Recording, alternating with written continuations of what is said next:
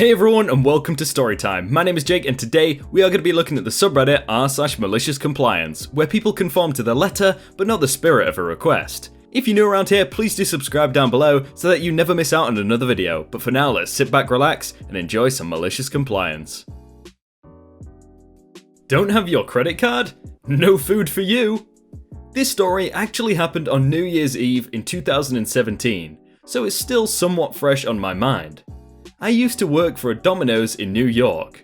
We had to work on New Year's Eve, and honestly, I would have much rather have been home ordering pizza instead of delivering them. Send lots of love to your food workers on holidays and maybe give them a little extra tip. It'll help make their night worth it. Also, I've omitted the curse words used in the story and changed them to more family-friendly words. Thank you, that means I don't have to read them like that. The night was relatively slow compared to normal, at least until around 10 to 11 PM. It was what you'd call a third shift driver, as we typically closed 2 to 3 AM in the morning. The only people that ordered this late were either college students, people who were drunk, people who are high, and sometimes all three of them at once. At around 9 PM, I received an order to go to a lady's house that had a dual payment. Most of it was on card, and about 10 cents was in cash. When people were short on cash, I would typically forward them the money if it wasn't too much. It would come out of my tip money, but I didn't mind as I didn't have major bills at the time. We never got many tips either, as at the end of a typical 10-hour shift, I'd come out with $15 in tips. For someone to leave 10 cents in cash on a dual payment, I had a suspicious feeling they'd become a problem, but was hopeful that they simply didn't have 10 cents in their bank. I've been there, I get that. On my way to leaving the restaurant, I asked my boss if I really had to collect the 10 cents from the customer, more or less in a joking manner. With a serious tone, he said that I would have to collect the 10 cents or I'd have to pay for it. As long as the person was kind and didn't give me much of a problem, I wouldn't mind forwarding that to them. So I left the store towards their house. I did not expect what was going to happen next. I arrive at the customer's house to be greeted by an absolutely adorable kid. He had to be no older than 5 to 6 years old. I told him I'd need to speak with his parents and asked him to tell them to bring their credit card. We had to check the last 4 numbers of the credit card against the receipt and imprint them onto it, as some people tried charging our store back with the bank, and having that imprint on the receipt proved we delivered the pizza. Not getting the imprint can lead to termination if there were enough offences, so I don't typically like risking that. The kid said, "Okay," and ran upstairs. A minute later, this rather large lady starts making her way down the stairs and stops halfway down. She is followed by at least 8 kids of varying ages. To say the stairs were packed would be an understatement. For the purposes of the story, CL, crazy lady, me, obviously me, and DG, drunk guy. The crazy lady takes a stance on the stairs and glares into my eyes menacingly. "What do you want? I don't have a credit card, my brother ordered it from the one town away. It's already paid for, so give it to me. What more do you want?" "I'm so sorry, ma'am. However, we require that we verify the credit card and imprint it onto the receipt, as it is our store's policy. Do you know how far your brother is from here? I have one more delivery and I might be able to get my manager's permission to come back after that delivery to verify the card. We don't get paid extra for gas if we mess up or have to make extra trips for a customer, regardless of the reason. It's $1 a trip and this customer was not close to the store, so this alone was a rather generous gesture." "No, he's too far away. Listen, I already gave you my money. Give me the pizza now. You already took way too long to get here as it is." "As I said prior, ma'am, I am unable to do that.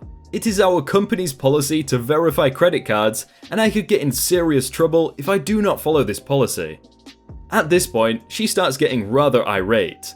If the credit card verification ever became an issue, if the customer was nice to me, I would write "flat" on the receipt, indicating that the numbers on the card were flat and could not be imprinted. This, of course, was against policy. However, I'm a nice gal, so I would do this from time to time. My boss also never checked to verify if a card was a flat card or not. He only checked to make sure an imprint, or the word "flat," was on the receipt, and we banked out at the end of the night, so I never got in trouble for doing this. There was also not typically an issue, as almost all of our customers knew our policy and were readily presenting their cards at the door, so I didn't have to do this too often. So, in a way, I guess you could call this a malicious compliance. I was not ready to risk anything for some entitled lady. "Give me my flippin' pizza! How hard is this for you?"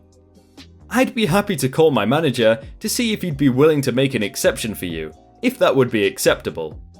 "Fine, call your flippin' manager." If a customer had more than 5 orders in our system, occasionally we'd grant them an exception, as long as they never gave us a problem in the past. This wasn't a written rule, but we tried to appease. Also, as long as a manager approved, I wouldn't get in trouble. I take out my phone and call the store. We didn't have a direct line to our managers, and we called the main line like everyone else did. My co-worker answered the phone. I asked for him to get my manager.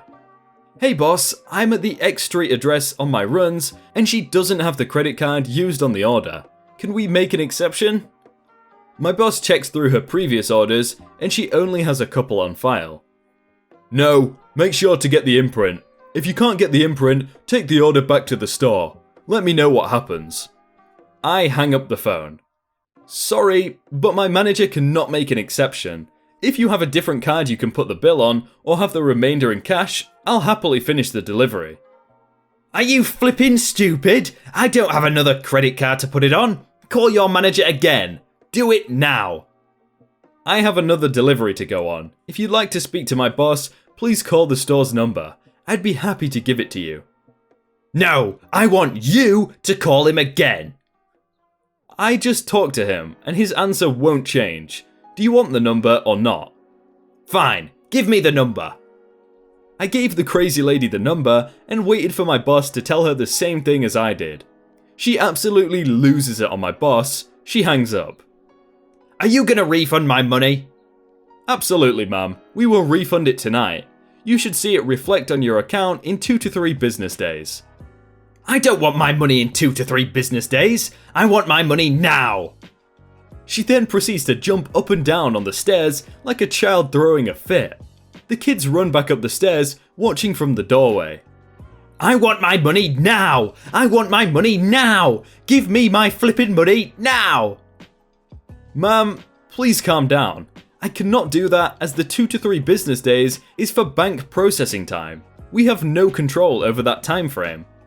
"I want my money now!" At this point, the crazy lady starts running down the stairs, charging at me. I promptly get back off her deck as she slams the door behind me. I'm a bit shaken up, as I thought she was going to flat out attack me, but I try to brush it off. I start walking towards my car when a guy exits the bar across the street. Remember the drunk guy from above? This is where he makes his debut.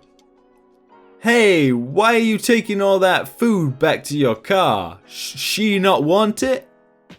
No, she definitely wanted it. She didn't have the credit card used to pay for the order, so per company policy, I have to take it back.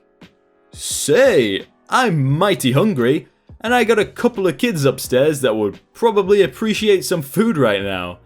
How much for the food?" I look at the tag we were given containing the price and look back at the drunk guy. It would be $26 and change. "I'll take it. I have the cash for you right here." Mind if I check with my boss to verify this is okay?" "I don't mind." I call my boss and he says more or less, as long as I get the money for the food, he doesn't mind giving it to him. Drunk guy gives me the money for the food and I unpack it for him on a bench outside. "You don't even know what this lady ordered and you want to just give me $26 for it right now?" "I like surprises. I'm sure it's good." I give him the food and return to finish my last delivery. I get back to the store about 30 minutes later. Little did I know, crazy lady saw me give her food to the drunk guy and has been calling our store the entire time since I left her house. Me and my co-workers were in tears with laughter as she kept changing her phone number, probably using an app, and calling to complain. At one point, she tried ordering food again using a different number to the same address. She wasn't very bright. Moral of the story, Don't be a jerk to your delivery drivers and use common sense. Gigi Wentworth may have done her a blessing. Yo, that drunk guy's probably the coolest guy. I can just imagine him walking out and be like, you know what? I fancy some pizza. I think a lot of us have probably been in that situation where we're just drunk and we're like, you know what? I fancy some pizza. You just don't care how much it is. You just want some food. You start at 7, you finish at 7. I used to work at a car company about 2 to 3 years ago as a telephonist on the night shift doing 12-hour shifts. It was pretty good, 4 days working, 3 days off, and the pay was decent. However, most people didn't take their jobs seriously. They would call in sick or just not show up for work at all, and especially on nights when there were only 4 of us. If one person didn't show up, you felt it. I was a star employee. I showed up early, logged in, and started working usually from 6:30. I never took a sick day, changed my holidays to fit the company's needs, and worked any overtime they needed me to work. I was so dedicated to my role that I had worked on multiple occasions 18 to 24 hours, as people wouldn't show up for their shifts and they needed cover. It was my first real job, and I believed in the company. I used the train system to get to and from work, and always planned out my routes around as much as I could to avoid being late. However, on this particular day, they were running a reduced service due to breakdowns. A lot of the trains had been repaired using less than stellar parts, and the wheels kept sticking to the track when they hit the brakes, causing wear on the wheels in specific spots. So, a lot of trains were out of commission. On top of that, the train I was on had been stopped due to a signal issue for 15 to 20 minutes. This led me to being late. I had shown up about 10 minutes late to the start of my shift. Before I had even sat down, my manager was giving me grief. Apparently, they were mad because I had stopped other telephonists going home as someone had to work an extra 10 minutes to cover my shift, as 2 people were ill and couldn't make it in. Now, I hate being late.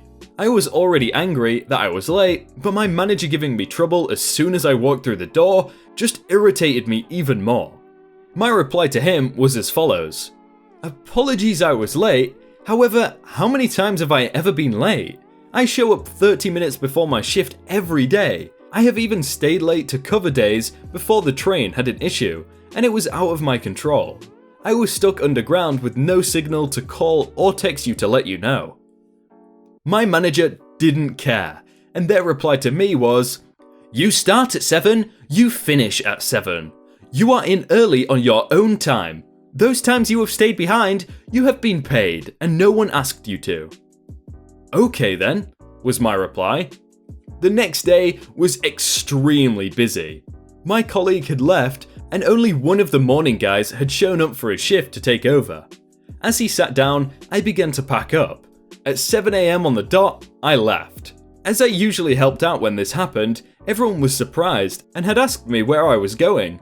My only reply was, I start at 7, I finish at 7.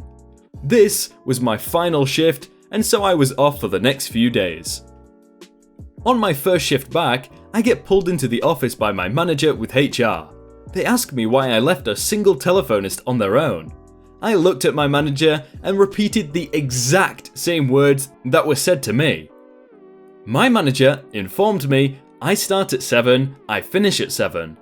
The look on HR's face was priceless. She was angry. She already had a staff issue to deal with, and on top of that, one of her most helpful staff members had been mugged off by a manager. She told me to go back to my desk and she needed to speak to the manager in question. 20 minutes later, the manager came back looking absolutely defeated. He never ever said anything to me again about being late. Yo, that serves the manager right. That's how you ruin good employees. It isn't fair that the bad employees always get away with everything, but the one time the reliable person does something. So if you set your standards so high and then you lower it one time, everyone gets annoyed. But if your expectations are low, then you can just get away with it all the time. It's so stupid. Maybe I'm overthinking it, but I don't know. What do you guys think about that? Hey everyone, I hope you all had a really good day and that you enjoyed that video. If you want to check out some other videos, then click on screen right now or check out the playlist down below. If you enjoyed that video, then please do leave a comment down below saying what you did enjoy and what you think we can improve on. But thank you so much for watching, and I will see you very soon.